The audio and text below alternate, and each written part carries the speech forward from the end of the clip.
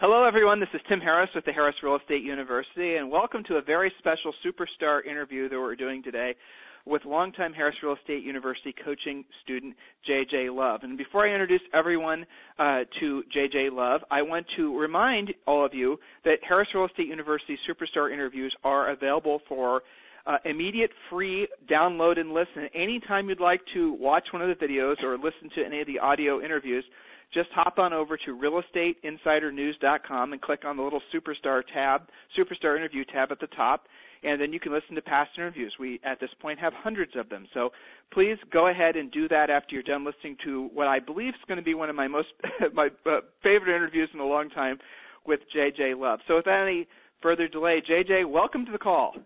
Thank you, Tim. I'm so excited to be on the call with you. I'm really honored. I really am. Well, thank you. Julie and I have been talking back and forth, JJ, about this interview probably for 2 weeks, and Julie's been excited. Julie's JJ's personal coach about the interview because you have so much to offer. I mean, you're so innovative in your marketplace. I'll share with the listeners. And matter of fact, JJ, I know you've sent this audio clip to Julie, but I'll put it on your interview page on the blog too. She has got the best real estate jingle I have ever heard in my life. It's not cheesy at all. It's actually really, really cute, and we're going to post that on the blog so you guys can listen to it. But we'll talk about the marketing and whatnot that JJ does to become so successful, what she's done to become so successful here in a second. But before we do, JJ, tell them where you sell real estate. Give them a little bio background information on yourself. Well, I practice real estate in the Nashville area, all of Middle Tennessee. There's probably about 9 or 10 counties that I go to. If it's within an hour and 10 minutes, I go there. I don't put any boundaries on myself because I was a flight attendant for 34 years, so I go everywhere. I was licensed in 1990, and I started selling in 1994, so really about 19 years, I guess. Okay, perfect. And you said you were a flight attendant beforehand. Mm-hmm. You know, it's interesting that you said that. A lot of the best realtors in the nation are people that came from some other service industry. Does that surprise you? Not at all. I know school teachers I've recruited many school teachers to work with me, and they are fabulous. Mm-hmm. People that are attentive to detail and have an honest, caring heart when it comes to taking care of other people's needs definitely generally make the best realtors we've definitely seen. So you've sold real estate for almost 20 years, and you sell real estate in what area of the country? And by the way, I'm sure there's going to be lots of folks that are listening now that are going to want to send you referrals, so make sure let's include all your contact information right now. Okay. Well, I'm in Nashville, Tennessee, and the surrounding counties. So it's called Middle Tennessee. Tennessee's divided into 3 sections, and I'm in the Middle Tennessee area. My phone number, the best way to reach me, is 615-300-7788, and my email address is jj@jjlove.com. All right, perfect. And how would you prefer people to communicate with you, email or calling, or does it matter? It doesn't matter. I monitor both all day long. Okay, perfect. Moving forward here, tell us a little bit about your market. Give them a snapshot of the type of market you've been selling in. And obviously over the past 10 years or so, there's lots of the country that's been going through a transition in terms of price points and whatnot. So we have students all over the country, a lot of folks that have been dealing with markets that were really hard hit but are now making a strong recovery. Give us a quick snapshot so they can kind of understand where you're coming from. Well, we were really lucky here in the Middle Tennessee area because we didn't really spike in our pricing. We didn't have increases, don't get me wrong, but we didn't plummet then, in the adjustment because we hadn't spiked. So we were not hit as hard as some of the other areas. So we've been really fortunate. And, here in Tennessee we do not have an income tax, a state income tax. So we have lots of people coming into the Middle Tennessee area for that reason and because it is so beautiful here. And we get the 4 seasons and, of course, country music. Everybody loves it. So Nashville is a melting pot of all people. I mean, we have many, many people from the Middle East. We have Europeans. We have Hispanics, Latin. We just have everybody in our market. So we welcome everybody. We love it here. Perfect. So let's drill down on some of the numbers. What are your goals in terms of homes sold for this year? For this year, my goal, now let me just also say that I'm a small team, okay? For many years it was just me and one assistant, and I averaged 100 homes a year, okay? And that's a lot of work because I wrote and negotiated and closed every transaction myself with one assistant as help. This year, because when the market adjusted, I did take a little dip, so I've been working toward rebuilding, and this year my goal is to close 125 homes to help 125 people. And your market, I assume, like most of the country right now, is probably making a recovery, maybe a moderate recovery, but I would assume that for the most part the mindset of people about real estate has changed pretty dramatically over the past few years, back to the positive. Absolutely. We are very busy. In fact, in the middle of last year, I did add a buyer's agent. So now I've got that to assist me with my buyers because of the Harris Real Estate University and their coaching, I'm really focused on short sales. So that takes a lot of time. So I saw the need for a buyer's agent to help me reach that 125. How long have you been an HREU student? Well, I'm going into my 6th year. That's perfect. I know, and I'm now a graduate student. So, which means you coach personally. You're on weekly with Julie, correct? Yes, I am. So I'm curious. It's phenomenal. Go ahead, I'm sorry. It is phenomenal. Well, I was about to ask you. Right. So what has that weekly call meant to you, having Julie as your personal coach? Well, it has. You can imagine not having a large staff or a lot of people on my team, that I am pulled in many directions, okay? I'm really flying by the seat of my pants sometimes, just from one thing to another. Julie has helped me focus and stay really on track with what the important issues are. And also, she is, right now, we're going over all the spokes lead generation spokes for me for this year. And it's amazing at what she comes up with, things I had never thought of. And I thought that was one of my specialties, but Julie's got it together on that. Well, you mentioned spokes, and that's something that people outside of Harris Real Estate University won't be familiar with. For the sake of our listeners, can you tell them what a spoke is? Well, a spoke is one avenue to get leads or make money or whatever you want, whatever your goal is for that. We have several spokes now for my lead generation, and that just opens up new opportunities for me.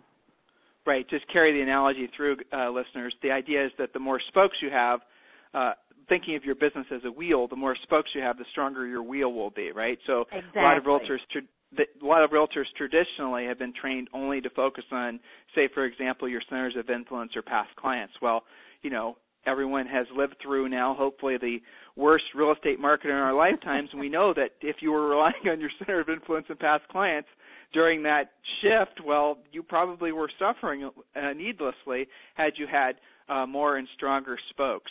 So I'm going to jump around a little bit, JJ. I think you can handle it. You brought up spokes.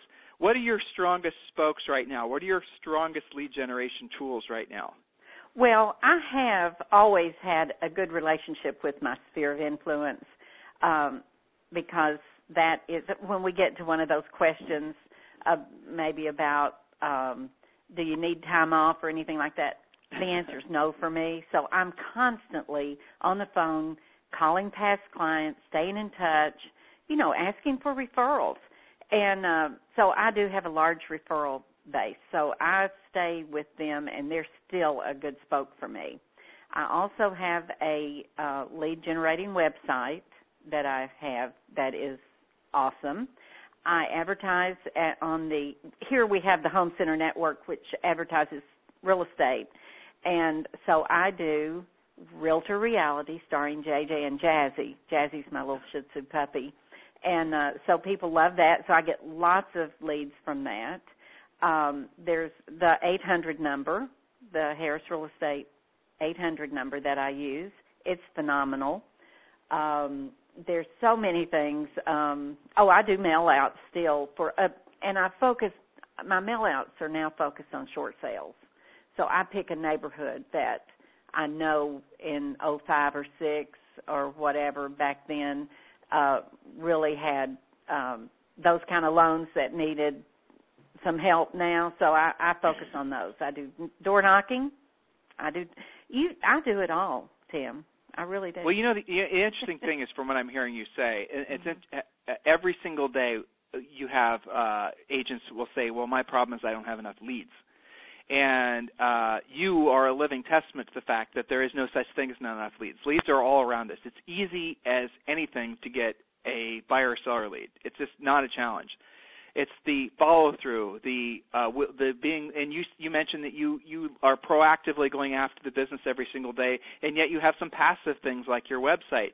So again, guys, listeners, those of you who are, have mature real estate businesses or wanting to take your businesses to the next level, it's about having the right number of spokes to accomplish your goal. Now, maybe you don't want to sell 125 houses. Maybe you want to sell 25 houses. That's fine. You'll need fewer spokes. You just got to make sure that you're exercising those spokes on a regular basis. Now, you mentioned, I love the fact that you said this, you mentioned that you set aside time every day to do proactive prospecting, or, people don't like the word prospecting, so we'll just call it lead generation, but calling your centers of influence and whatnot. Mm-hmm. So what is your vision of the perfect day? Well, the perfect day for me, let me think, is I get up in the morning and, of course, my phone starts ringing. So I like to handle those calls here at my home office and kind of get some of those calls out of the way. My assistant's at the office taking care of things there. So I'm working on that. Then I leave my house about 10 o'clock, get to the office about 10:30. On that call, on that drive, I call my buyer's agent, kind of coordinate with her for the next few days what's going on, see if she needs anything. Then I get to the office, and it's always nice if there's a couple of offers waiting there for me, or, that's always very nice. So, or maybe a couple of approvals on short sales from the bank. So I work on that. I work on what I've got going then for a couple of hours, maybe 3. Then from about 3 o'clock on, I am prospecting and meeting clients, calling clients. My expedition has 430,000 miles on it, Tim. Okay. Oh my gosh! Her Ford truck. If for those of you who don't know what she's talking about. Oh my! They call me the road warrior. Okay. And but obviously, I spend a lot of time in my car. So I have a list of past clients, and I just pick that list up and see who I talked to last and call somebody and talk to them.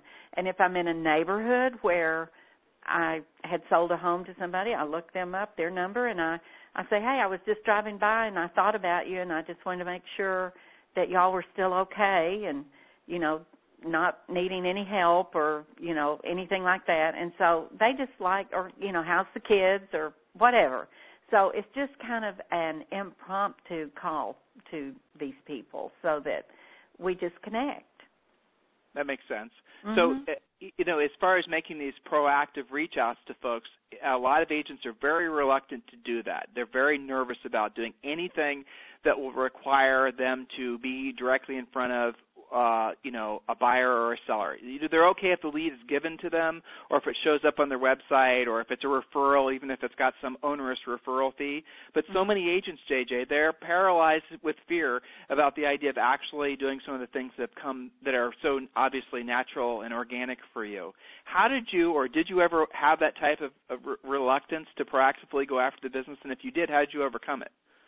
Well, I will say that, in the beginning, it was a little bit strange. I mean, being a flight attendant, your customers came to you right there.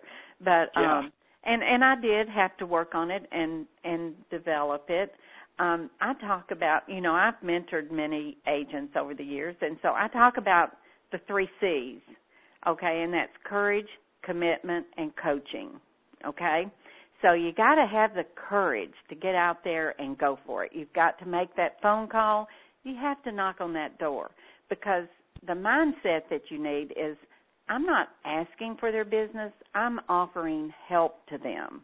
So you have to realize that it's not really anything bad. Knock on the door and offer them help. Ask them, you know, if it's a neighborhood that needs a short sale, maybe just ask them how they are. You wanted to let them know you were a short sale specialist in the area, and if they or anyone they knew might need some help, I give them my card and let them, you know, ask them to call me.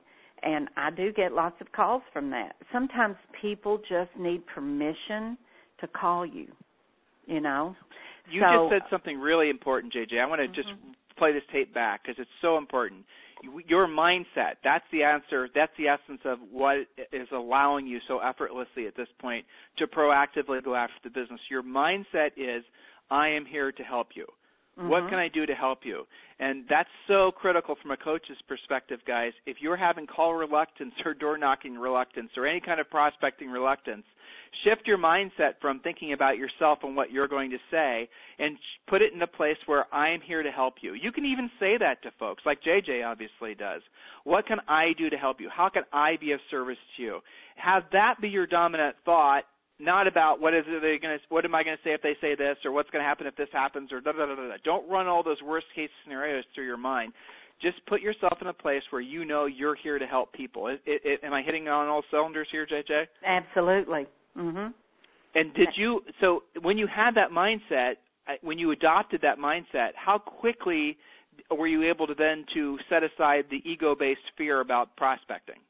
Well, for me, it was really easy because I have always been a person that had the help you mindset, okay? That's why I was a great flight attendant. I loved my job and helped a lot of people. I brought all those skills over.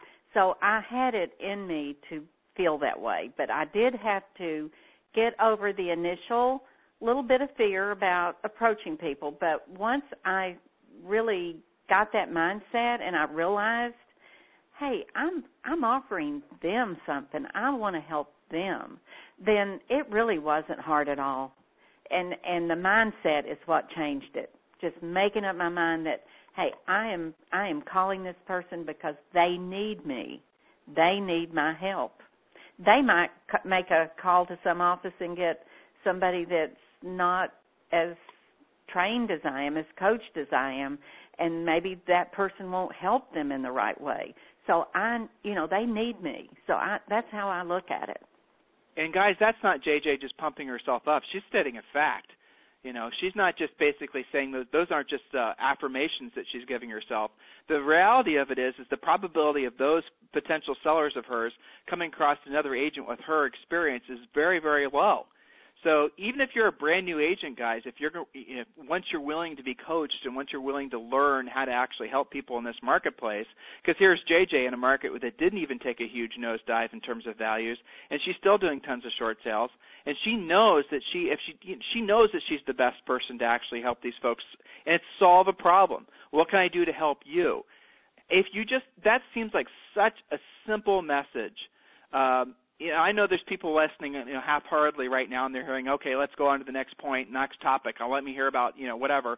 But I want all of you to drill down mentally and emotionally about that really powerful point that JJ made. Start with a mindset of service, because everything after that is easy. All the fears that you had, it's easy. It's almost magical, isn't it? Just that one thought. It is. So, you and I have a list of questions, and we're bouncing around a lot, as we always do on these types of interviews. And this next question might seem a little out of turn, but I think it'll lead well to the other ones. What is your definition of success? Do you see yourself as a successful person? I do. I see myself as successful because in my mind, being able to do something that you love and at the same time help people, build great relationships, and make a living and a good living, while doing all I can do to change our market here in Middle Tennessee, then, I come home and I know I've done everything I could do that day to make something happen, then I feel successful. I do. Yeah, that makes perfect sense. Again, it goes back to that mindset of service. So I'm curious, do you consider yourself a highly motivated person? Is that something that you consider when you look in the mirror in the morning? Do you have that sense of yourself? Tim, I think that's putting it mildly. I am. I consider myself very motivated. I hit the floor running. I really want to get up and get that.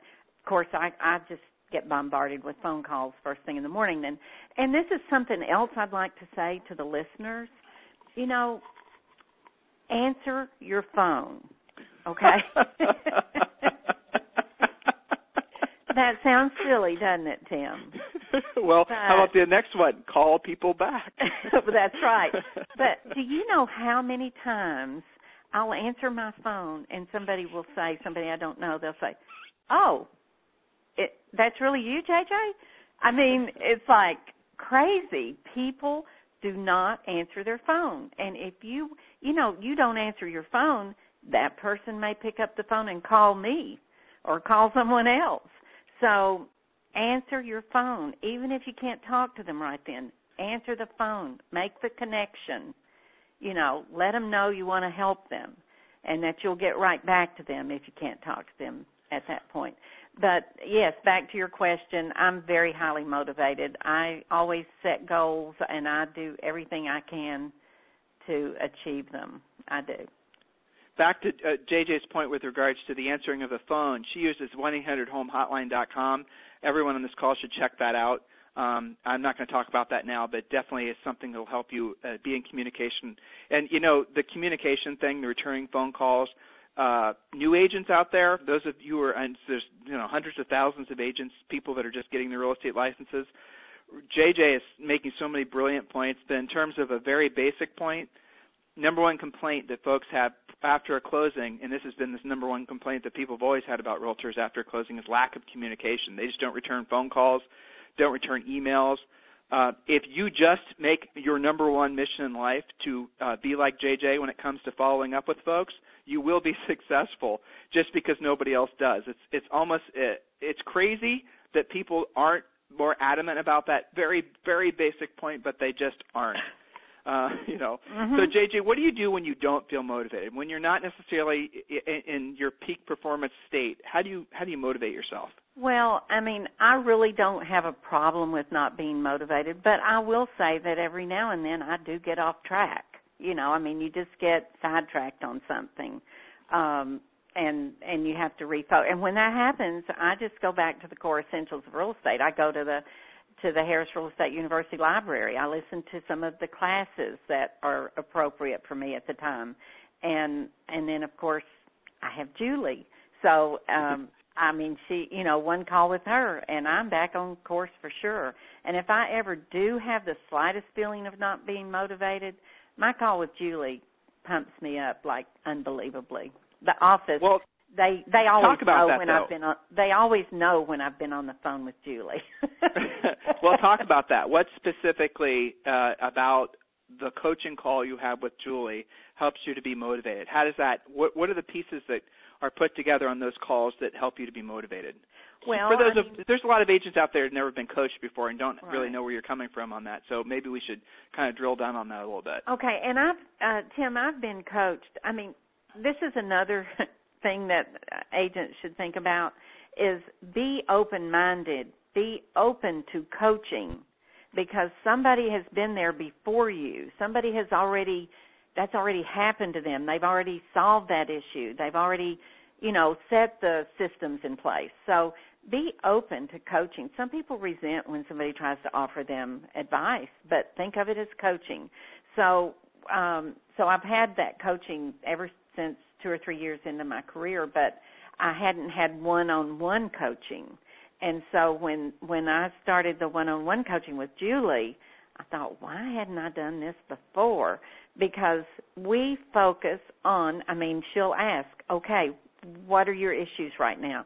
What are you having trouble with? What do we need to talk about? And so if I'm having an issue, if I say, well, I just can't get focused, I'm like, by the seat of my pants, here, there, and everywhere. And she'll say, okay, well then let's just think about what is it that you need to do today to get focused. She just reels me in, and then, of course, with her positive, upbeat attitude all the time, she she just helps me bring back that positive attitude if I get off track from that, which isn't a lot, but she's great at that. Well, so that's the interesting thing. I mean, you're in Middle Tennessee. Julie and I sold real estate. When we sold real estate, we were in Columbus, Ohio. And, you know, it really is very easy to fall into a rut. And so it's not necessarily, a rut's not necessarily a bad thing, but sometimes you just get stuck because you start performing, acting, and thinking like people around you in your immediate environment. And if you can go and put yourself in a place where you're around people that are doing things that are different, maybe you mentioned listening to different things, reading different things, exposing your mind to different things that are challenging to you, that maybe challenge your paradigms, that excite you, that keeps you motivated. Your mind, your soul, your spirit, every cell in your body wants to move forward. And if all of a sudden you find yourself being complacent, this is for those of you out there who don't have the habit of being highly motivated at all times, because really at the end of the day it is a habit, that's probably just because you're stuck somehow, and that's what a good coach should be doing, helping you do, is essentially rocking your world a little bit so you start moving forward again. Yeah, are you complacent in any aspect of your life right now that you want to, now that we're in the real estate coaching confessional? Complacent? Gosh, I don't know. I don't think I am, honestly, Tim. I mean, I always want to achieve, and this is another thing I can offer. Be willing to change. Okay. People get into a mindset, they get into a rut, they get into that, just like you said. And then somebody tries to offer them something to help them change something, maybe to succeed a little sooner or something, and they're afraid of change. And my feeling is, if you're not changing, you're not growing. So I love change. I mean, I love to change. I'm willing. I try everything. I make a quick decision. All these offers you get and all that. I'll try something. If I learn one thing, that's great. I listen to all the free webinars and think, well, maybe I can learn one thing. But I pretty much, over the years, realized that coaching is where you need to be, and that will help you stay motivated, stay positive, and not become complacent in anything. I honestly don't think I am. Well, let's be careful with that, though, and I appreciate what you just said. But coaching has become a bit of a generic term, like Kleenex, right? Mm-hmm, I mean, there's coaching, and then there's coaching. So you've been coached before. You've been coached before, and we don't need to mention any names, right? But you've been coached before. What's the difference between the experience you're having with Julie and, say, that maybe some of the experiences you've had in the past?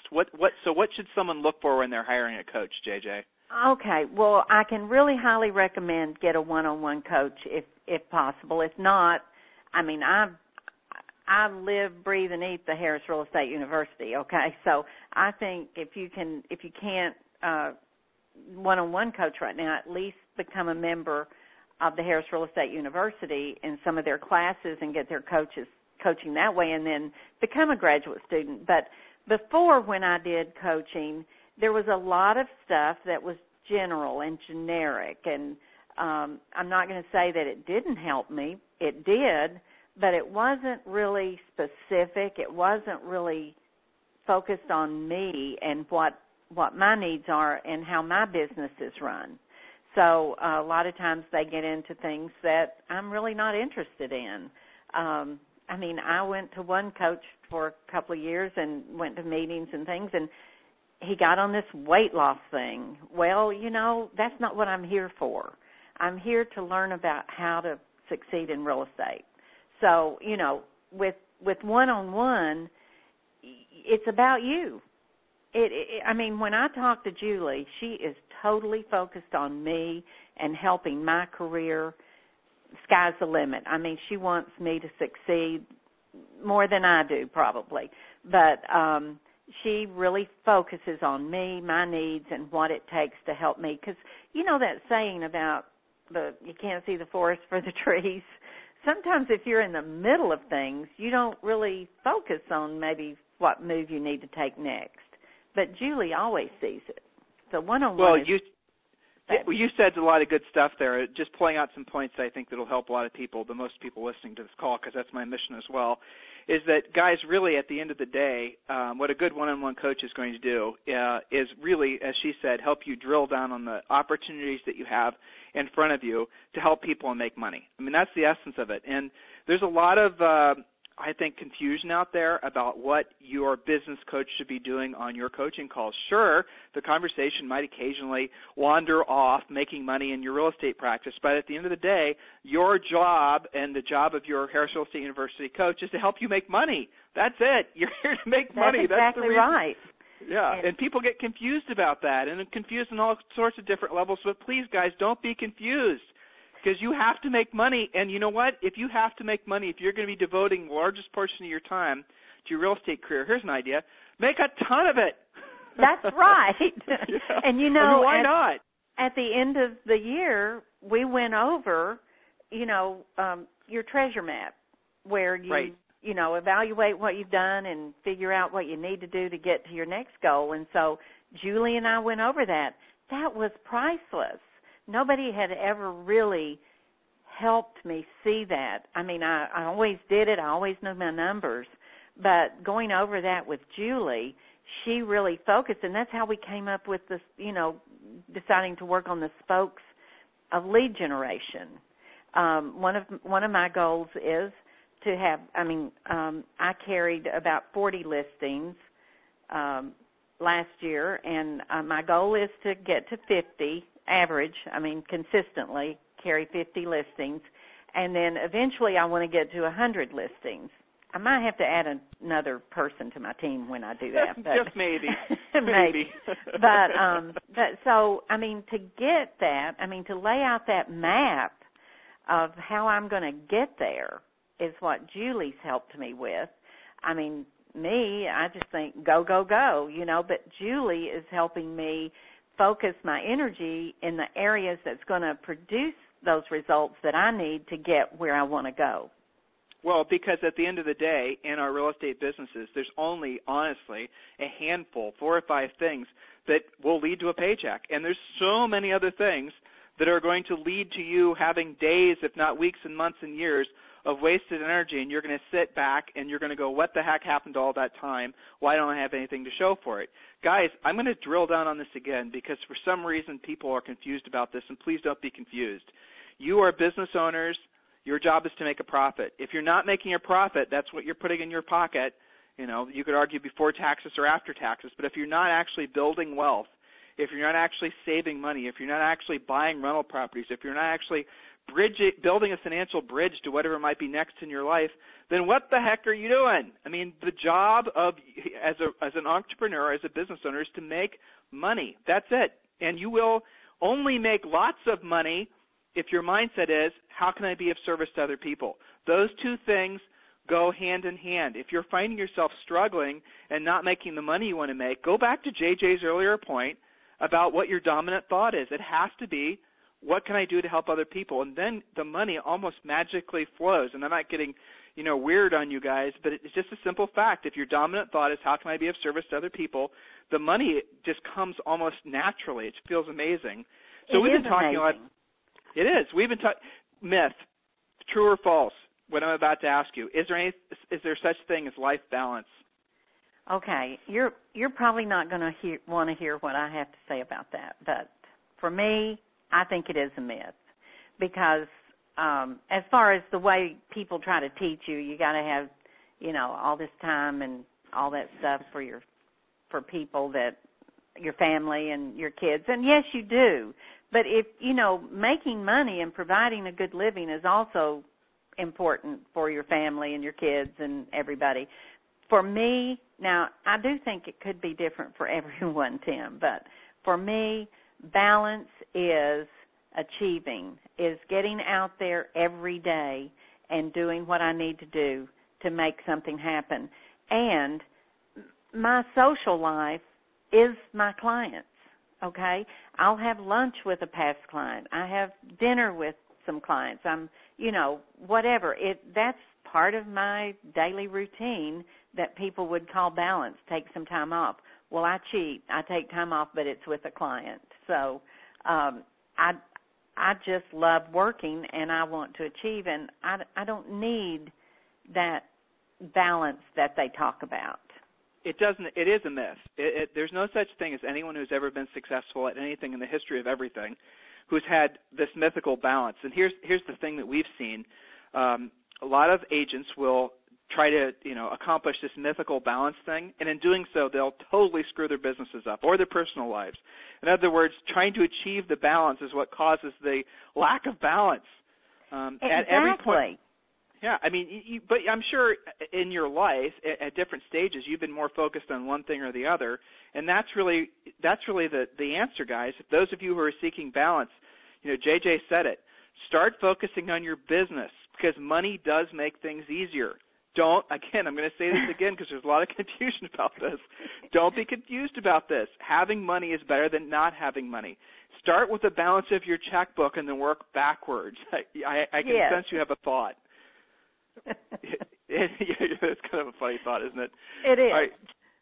So I'm curious. So if you could have lunch with one person who's with us or not, who would it be and why? Well, there's probably 50 people that I would like to have lunch with for various reasons, but somebody I'm really fascinated with right now is Warren Buffett, okay? I always like what he has to say, so I think I'd love to just have him take me to dinner and me be able to pick his brain. And what I'd like to know is I'm sure at some point in his life there was one thing that happened that made him take that route that he took that got him so successful. I'd like to know what that is. And I'd just like for him to share some of his wisdom, experience, maybe some suggestions, what to do in this market at this time with this economy. Just get some ideas and advice from him. Do you think he would tell you to do anything differently than what you're doing now?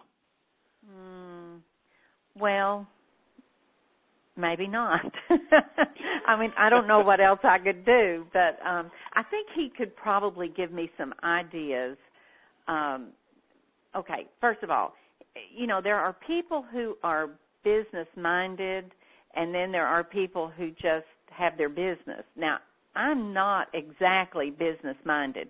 I mean, I don't do spreadsheets and all that stuff, all that. I think he could guide me to help me be a little more organized in that area, definitely. That would probably be something that he could help me with, I think, that I could change. Okay. That's a good answer. Or he'd probably tell you to hire a bookkeeper who knew how to do QuickBooks. Oh, that's come what in I once did. a month. Yeah, exactly. And then delegate that. So I'm guessing that's what Mr. Buffett would suggest. But yes, You're probably really good. right. I mean, right. I've always thought I need to do what I do really well and let somebody else do what they do and just pay them JJ, for it. it's obviously worked, right? Yes, it has. So far, so good. So let's drill down on some of the more the business things as we kind of draw a full circle here on our call today. What are your best lead generation spokes right now? We talked about everyone's always interested in that. That's kind of what when people listen to these interviews, that's really what they drill down on mostly is what is this agent doing to consistently be consistently successful, or what is it if there's only one lead generation spoke that you could have, I mean one thing you could do to generate leads, what would it be and why? Well, okay, now that goes back to what you said. You said some of the sphere of influence has fallen apart because of what has happened over several years back in our market, but I still think that because like a new agent, for instance, they don't have a lot of money to spend. So I feel like that sphere of influence, past clients and people is where you can go to get that referral. But you got to really work for it. I mean, you can't just say, hey, you got it. You know anybody that's going to sell a house? I mean, you've got to build relationships with these people. I mean, you can't just expect them to give and not have a relationship with you. They may know 3 or 4 other realtors. So you've got to really work at it. When I close a home, I call that house after 3 days. I call that person 3 days, 3 weeks, and 3 months. And sometimes after 3 days, I call and they'll say, oh, I'm glad you called. My commode has stopped up or something, So I send over a plumber. yeah, it might cost me $25. But, will that person ever forget that? No. I always try to make a difference in their life some way. I mean, I truly want to. I don't do it for ulterior motives. I really want to help people, so that's my mindset. And by helping people, they're going to remember you. I have a client that I sold a house to 15 years ago who called me the other day and said, JJ, my heat and air unit went out. Who do I need to call? Because she knows that I have people that will take care of her and not take advantage of her. So, I mean, these things I offer to my sphere of influence, and in return, I'm their center of information. So building that kind of relationship, I think, is truly the very best you can do, and it's free. Yeah, absolutely. So what would be a reason, like you're saying you call 3 days, 3 weeks, 3 months, and you carry it through. Mm-hmm. What are the types of conversations you have as you say the house closes in, this month, a year from now? Why are you calling those people? I'm sure the listeners want to know, what specifically are you saying? Right. Okay, a year, like after a year? I mean, the 3 weeks I call and see how everything's going. Did you get moved in? Blah, blah, blah. And then, but a year from then, I just call and I'll just say something like, hey, you were just on my mind. I was thinking about, and then I kind of try to think of something that happened at closing or while we were looking at homes or when I was selling their house. And I said, it just made me think of you, and I just wanted to check in and see how things were going with you. And then I try to, I have a pretty good memory, so I try to remember their children's names, at least one or two of them, and ask about them just to keep up and just to, stay in touch. And it works, Tim. I mean, just a phone call. 3 minutes, 5 minutes. It just works. So how do you ask for business? What do you specifically do, or do you specifically ask for business when you're staying in contact with your folks? Oh, I do specifically ask. Now, one thing that a lot of people don't do that I do, I've learned from coaching with different people, and of course Julie has drilled it into my brain. During the transaction, you have to ask for referrals, because then it's so fresh in their mind. They're talking about their home purchase or home sale to everybody, so that comes up, and they may have referrals for me then. I get a lot of referrals during that process. And so I will just ask after, at the end of the call, I'll just say, hey, anybody that do you know somebody right now that's wanting to sell a house or needs my help in any way? Please have them call me, or better yet, you call me and give me their number, and I'll call them and see how I can help them. And, we just ended up by talking about that. And I'll sometimes say, hey, you know what? I'm trying to improve my businesses, to increase my businesses this year, so I need your help. I have that kind of relationship with my clients, because if you're really a great agent, and I don't guess everybody can do this, but if you have the personality that goes with people, I become their best friend during that transaction. Not everybody does. Not a lot of people don't. They're more analytical minded, or they're more, regimented, and they don't necessarily have that. You've learned it. You've taken it for granted. You've become so you're like a master at the relationship building, and you do and say things without knowing it, I'm sure. And it's come from your training prior to real estate. But for those agents out there who are brand new, you can be scripted and call folks. That's the way to sort of build that same skill set that JJ has so naturally at this point. Have scripts that you're using when you're calling these folks. Have a list of reasons why you're going to stay in contact with people. It might be depending on your state, maybe there's a time of year where you can appeal property taxes, and maybe they need their closing statement, or maybe they want. Right. And JJ has a list of service providers. It's spring, and then maybe you need your driveway resealed. Well, I just ran into this great driveway guy, or whatever. There's endless excuses to call folks, and as long as you're always, and this is what I'm hearing JJ say, and I want to make sure everyone's listening. She's calling offering something. She's calling giving something. Every time she comes in contact with them, her hand is offering something. She's not asking for something. And naturally what happens is when you give something and continually give to folks, it's almost like this unwritten law this scale that has to be balanced, they're going to reciprocate. That's right.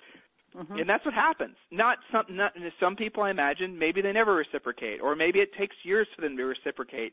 But that is how it is always, JJ, no matter who I interview, no matter who we've ever coached, anyone who's been a top producer for a long period of time, that is always the core of their business, that mindset of service. You can't get away from it. And if you don't have that mindset of service, you can learn it. It's not like something you're born with. You can learn it. It just starts with basically being in contact with what your true purpose is, which is being of service to other folks. So, JJ, it's the time of the interview where I like to ask some of the sort of questions that require a little bit of introspection. I hope that's okay. Okay. Okay. I think. What is that's right. So what is as a top producing agent, someone who's been successful consistently, what are the things that people most misunderstand about being a top producing agent? Maybe agents and our, folks in our industry, buyers and sellers. What are the things that people sort of most misunderstand about being someone like you? Well, I think before people actually meet you, they have a misconception that number one, you're too busy for them. They think, oh, she sells high dollar homes or sells in another area and just too busy. But I think they also think, because of what has been said a lot about realtors, that maybe they're just thinking about the money, or they're just, thinking about themselves, or thinking about driving a big car or something. And then after they meet you, their whole impression changes, because they see that you're truly a person just like they are, who happens to specialize in in a product that they need. And so it really works out. But I do think there's definitely misunderstanding about realtors until they get to know you. I do. How about misunderstandings that other agents have towards somebody who's been as successful as long as you have? Oh, they probably think. Now I'm so different because I love everybody and I love to share information and I love to help people. Other agents, I'll share any knowledge I have with another agent. But some agents will think that you might think you're a little above them, and that you're not really easy to work with or good to work with, because really you don't have time to go gossip at the water fountain or whatever. You're really working. So, but once you get into a relationship with them, working a transaction together, I always make it a good transaction so that person is going to be anxious to work another transaction with me. So it always ends up good. But, yeah, I think they can just think that maybe you make a lot of money and you're just not, you're going to be difficult. You're going to think you're better than they are or something. But I think especially for me, after they meet me, they see that I'm just like they are. I just maybe work a little harder. So that mindset of being of service carries beyond just your real estate clients. You're also trying to be of service to your fellow real estate practitioners, is what I'm hearing you say. Oh, absolutely. I want to make our industry better. So anything I can share, and I do. I've set myself in this market as a short sale specialist. So I have agents call me all the time and say, well, JJ, a lot of agents refer short sales to me, which is great, but then some will call and ask for my help. And I'm very willing to help. And, of course, the first thing I tell them is that they need to become a student at the Harris Real Estate University, because, I don't have time for everyday training. But I always try to help them out of their problems and help them move that transaction forward. Right. So as far as in your future, looking forward, you've built this wonderful business for yourself. You've built this wonderful lifestyle for yourself. Where do you see yourself in 5 to 10 years? Honestly, I'm so boring, Tim, but honestly, I'm still going to be practicing real estate if I'm able. My team may be a little restructured. I may have one or two more assistants or something. I mean, because, I'm not getting any younger, so I may need some help, but I'm still going to be out there trying to help people, trying to make a good living and doing what I love.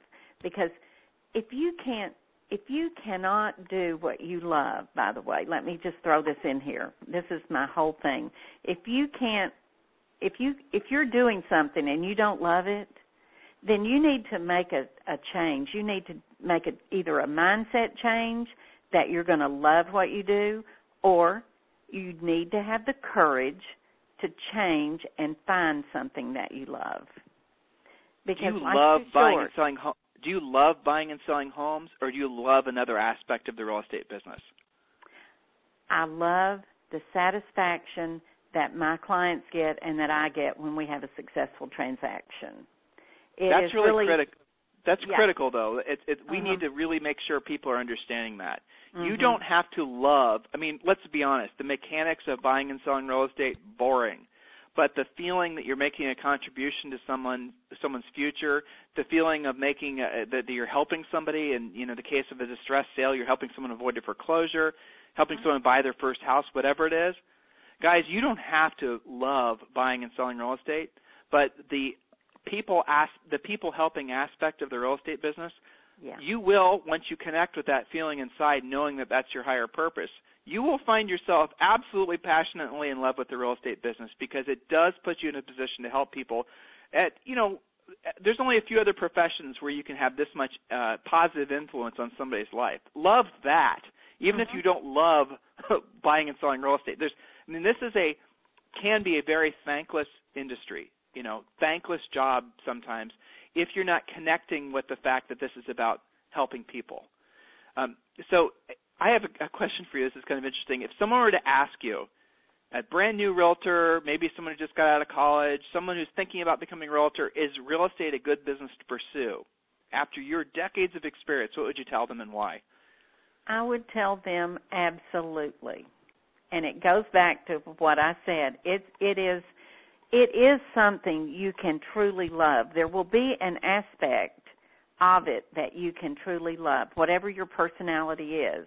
It may be the numbers. It may be that I love the problem solving of it, and also, the satisfaction that I get and my clients get.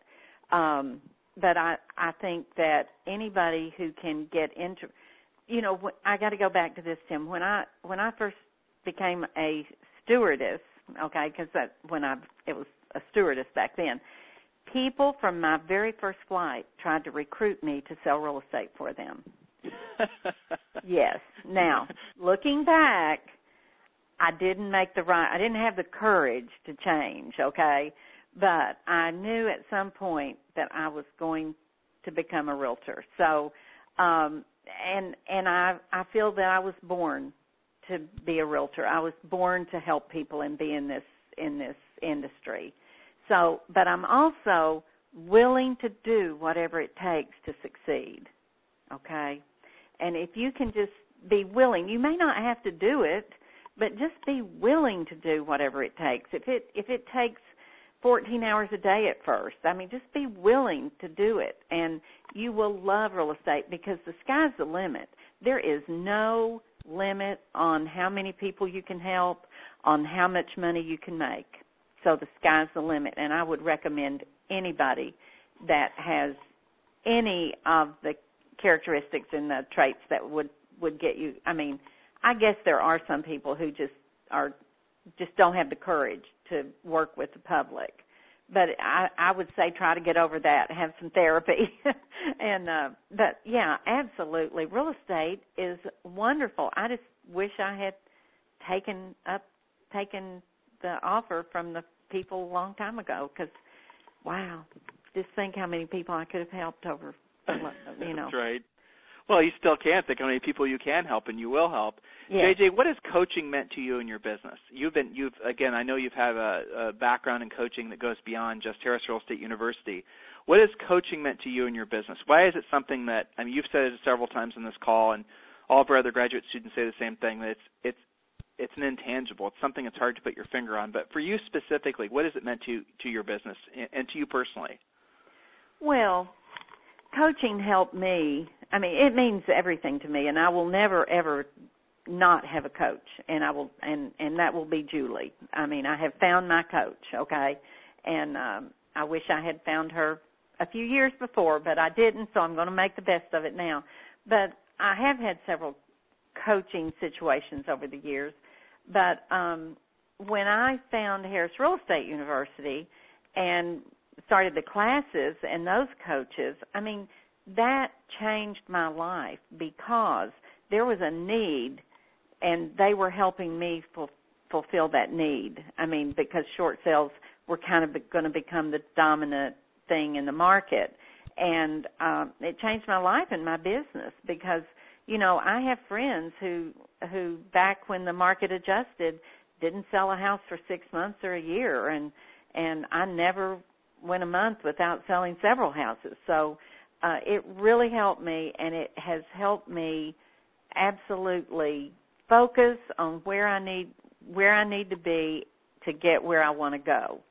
So, and they've helped me. They've taught me. Well, Julie especially now. Julie has taught me how to position myself as that short sale specialist in the area, the go-to person. And you know what? I know some people start coaching and then they quit, and some people might come to Harris Real Estate University for, you know, that first year and do the short sale training and then quit. I have stayed with it because things change in real estate every day, Tim, or every week? Yeah, well, it's funny you're talking about short sales, and JJ, I bet you must have been on one of our original short sale training calls where people enroll in the class. But, you know, it's interesting that you're saying what you're saying because it's so true. Real estate changes so fast, especially now. And it's not just the forums for short sales for Bank of America, or, you know, maybe you're wanting to list REOs, or maybe you're wanting to, you know, build your lead generation spoke using online marketing or whatever it is. I mean, the world is changing so dynamically right now. It's you love change. Anybody who's successful loves change because within the change is great opportunity. And there's so many huge changes that are happening right now from technological perspectives. There's demographic shifts that are happening right now. There's mindsets about real estate have, you know, gone from overly exuberant to overly negative, and now it's coming back to be maybe even a little over exuberant again. Yeah. But you know, if the challenge that all of us have as business owners, because again, guys, that's what we are, is that we have to be in the coal mine. That's what we call it here at Harris Real Estate University. That's when you're actually, you know, working in your business. You have to go down the coal mine every single day. You have to have your helmet, your light, your pickaxe, your shovel, whatnot, so you can pull up the amount of coal you need to keep your lights on. You have to do that every single day, and we get into these patterns of constantly being in the coal mine, and we're not able to stick our heads above ground long enough to see what the next opportunity is. Short sales are and will remain a great opportunity for the next few years, but what's eventually going to happen, and this isn't probably really going to happen in most of the country until like 2020, that's unfortunately the truth, where most people's negative equity or the home value increases will have caught up with the negative equity. At that point, people will be even with what they owe on the house. And until that happens in most parts of the country, you know, drilling down, focusing on short sales is going to be a very strong spoke. But at the same time, as a business owner, you have to have your mind open to what might be next. And maybe what's next in your marketplace isn't what was selling or working 5-7 years ago. Maybe it's something completely different. You have to be thinking about, you know, Generation Y and baby boomers kids and all these types of things. What are they wanting to purchase? What parts of your community, neighborhoods, they are trendy one day and they're not trendy the next. You have to constantly be thinking, as a business owner, where are my opportunities? And that is something that any great coach is going to help you to really focus in on, and at the same time drill down on what your opportunities are every single day. So, and you know, JJ, it is important that you said this, and I really appreciate it. Coaching is not for everybody. It's just not. If you have a closed mind, if you are not wanting to, you know, improve your skills, if you're not wanting to move your business forward, don't sign up for coaching. Just don't. It's not for you. If you want to stay put, if you're happy selling your 10 houses per year or whatever, and that you accomplished your goals for that, stay there. That's fine. It's not for everybody. It just isn't. Was there ever a time, JJ, where coaching may not have been a good fit for you? No, never. It's always been. It has been the answer when I've hit a plateau or a roadblock or something that I couldn't think through, which is rare because I'm pretty good at solving problems. The coaching aspect of it has always helped me over that hump. And, of course, the one-on-one with Julie, I can't say enough about it because the one-on-one coaching I don't hit those plateaus or roadblocks because we've already talked about it and we know where I'm going. But you were doing short sales in Central Tennessee, Middle Tennessee, before I'm sure most agents even knew what the heck the word short sale meant. Exactly. You're exactly right. I mean, I was training the other agents, and I still do sometimes. But, I mean, somebody brings you an offer, and they don't know what to expect. And, so it was. You're exactly right.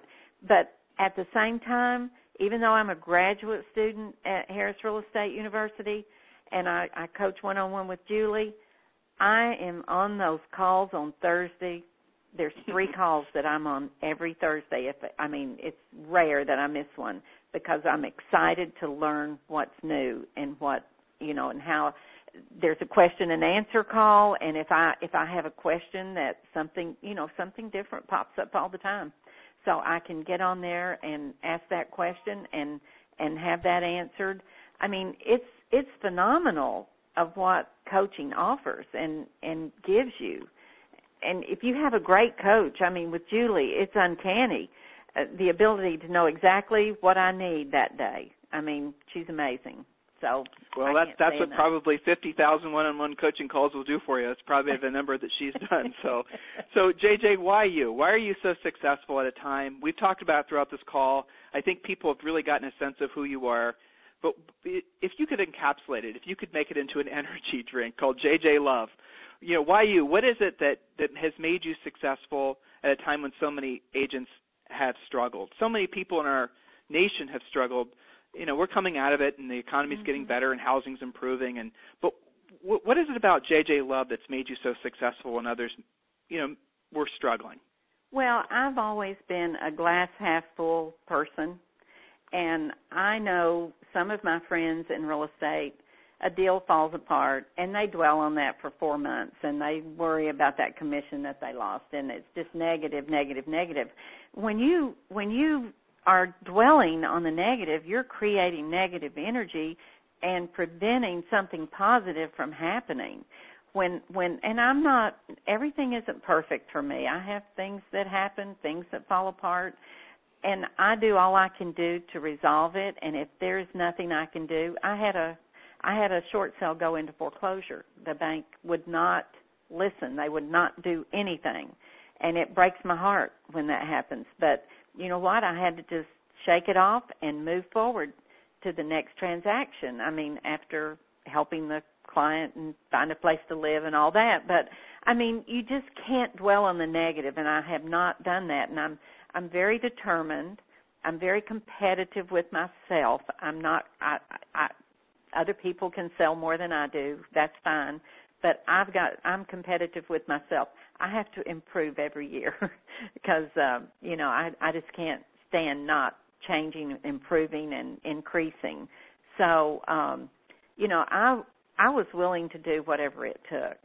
I was a flight attendant, an ex-flight attendant without a college degree. I made a commitment that I was going to succeed in real estate, and I never looked back. And the coaching has made all the difference. So, yeah, I really appreciate your positive comments about, Julie and coaching, and that's all wonderful. But JJ, you got to give yourself some credit. You've got an unbelievably powerful mindset. You are just a naturally, and I would assume that you had a lot of this going for you, right out of the hatch, as it were. But also, you've developed to be somebody who's truly inspirational, and I'm sure that attracts people to you. I'm sure that people love being around you just because you have this, just even over the phone, I'm sure all the thousands of people that will eventually listen to this interview, they can feel the fact that you're sincere. They can feel that you're coming from a place of making a contribution. They can feel that you're sincerely wanting to help people. And everyone listening who doesn't necessarily have those characteristics, you can develop them. JJ said something, and she and I talked about this prior to the interview, and it's, oh my gosh, so true. The mindset, it starts with little basic things. Do you complain about anything? And that's a rhetorical question for all of you listening. But if you find yourself complaining about anything, it doesn't matter what it is. It could be something simple as the cost of coffee at Starbucks, or somebody that cuts you off. As soon as you complain about one thing, this is just a little test for everyone listening. What happens is that it starts to build on itself. So someone cuts you off on the way to work. You're thinking about that guy that cut you off or that gal that cut you off for not just 10 minutes, because you're letting your mind run with it. You're now thinking about it constantly, sometimes for days. Now compare that to, say, for example, if you saw a gorgeous sunset last night, just the most beautiful sunset you've ever seen, how often do you really think about that sunset? You're not thinking about that the next day. The sun sets, goes down, you're on to your next thing. Chances are you don't even think about it an hour or two later.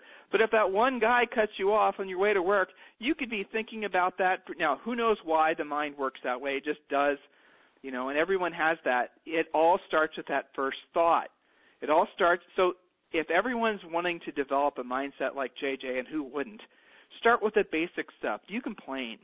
Do you complain about anything? Stop complaining.